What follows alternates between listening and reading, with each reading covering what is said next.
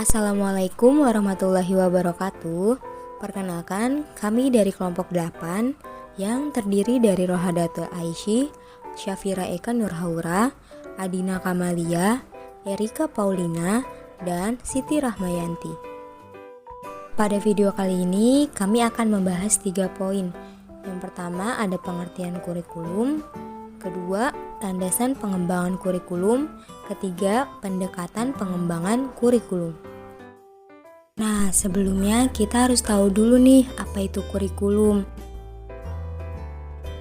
Istilah kurikulum atau curiculum digunakan di dalam dunia olahraga dan berasal dari kata curir yang artinya pelari dan curere yang artinya tempat berpacu. Kurikulum adalah sesuatu hal yang esensial dalam suatu penyelenggaraan pendidikan. Dengan demikian, kurikulum sebagai suatu kumpulan dari mata pelajaran yang akan diajarkan kepada peserta didik, lengkap dengan cara pemberian nilai dan pencapaian belajar untuk mencapai tujuan. Dalam pengembangan kurikulum harus ada landasannya loh. Iya, apa itu landasan? Landasan pengembangan kurikulum adalah faktor yang harus diperhatikan dan dipertimbangkan untuk mengembangkan suatu kurikulum lembaga pendidikan di dalam lingkungan sekolah maupun di luar lingkungan sekolah. Fungsi landasan pengembangan kurikulum yaitu seperti sebuah fondasi pada sebuah bangunan. Berapa landasan pengembangan kurikulum? Yang pertama, landasan filosofis. Yang kedua, landasan psikologis. Yang ketiga, landasan sosiologis. Dan yang terakhir, landasan ilmu pengetahuan dan teknologi. Landasan filosofis. Landasan filosofis mengangkat pada pentingnya sebuah filsafat dalam melaksanakan, membina, dan mengembangkan kurikulum. Filsafat pendidikan merupakan penerapan dari pemikiran-pemikiran filosofis untuk memecahkan suatu masalah-masalah pendidikan. Landasan psikologis. Pertimbangan secara psikologis merupakan sesuatu yang penting dalam merencanakan dan menyusun sebuah kurikulum untuk memperoleh hasil yang maksimal dan bagaimana perilaku peserta didik yang harus dikembangkan. Landasan sosiologis. Landasan sosiologis dalam pengembangan kurikulum merupakan hal yang mendasari adanya perkembangan pada suatu rancangan di dalam pembelajaran yang ditinjau dari sisi sosial yang ada di dalam masyarakat. Landasan sosiologi merupakan faktor terpenting dari pengembangan kurikulum dengan 3 pertimbangan, yaitu yang pertama, sekolah memiliki peran guna memberikan peserta didik sebuah pengalaman dengan menggunakan salah satu contohnya yaitu kurikulum. Yang kedua, di dalam kurikulum wajib menampung aspek-aspek sosial dan budaya. Yang ketiga, kebudayaan merupakan semua nilai yang telah disepakati oleh semua masyarakat. Landasan IPTEK.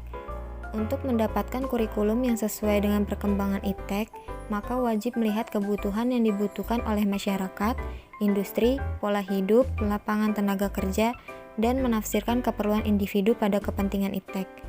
Dengan adanya IPTEK, maka terdapat perubahan secara langsung yang berkaitan dengan kurikulum.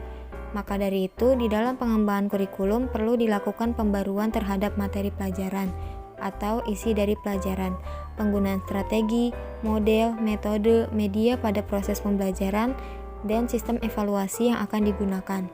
Di dalam proses pengembangan kurikulum, wajib tetap mengacu terhadap prinsip-prinsip yang telah ditentukan. Dalam pengembangan kurikulum yang sesuai dengan perkembangan IPTEK, maka diperlukan pemanfaatan, pengembangan, serta penguasaan terhadap IPTEK. Hal ini berkaitan dengan adanya pengaruh terhadap pengembangan sumber daya manusia atau SDM. Pendekatan pengembangan kurikulum. KW berpendapat bahwa pengembangan kurikulum merupakan alat guna membantu seorang guru untuk melaksanakan tugasnya dalam mengajarkan bahan ajar, menarik perhatian atau minat peserta didik, serta guna memenuhi kebutuhan yang diperlukan masyarakat. Maka dari itu diperlukan pendekatan pengembangan kurikulum. Pendekatan pengembangan kurikulum merupakan tolak ukur ataupun sudut pandang secara umum mengenai proses dalam pengembangan kurikulum.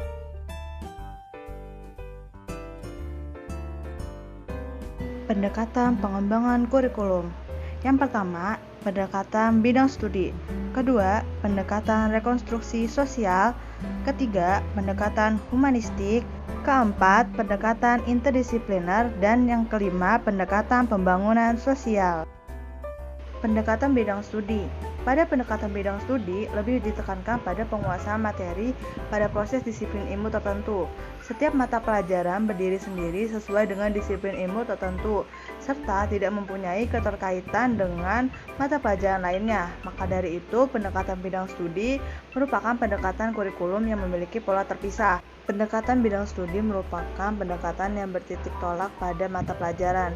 Contohnya mata pelajaran IPA, IPS, Bahasa Indonesia, Bahasa Inggris, Matematika, Olahraga, SPDP, Agama, dan lain-lain seperti yang terdapat di dalam kurikulum sebelumnya di sekolah dasar. Pendekatan rekonstruksi sosial. Pada pendekatan rekonstruksi sosial, dalam penyusunan kurikulum harus bertolak dari masalah yang dihadapi dalam masyarakat.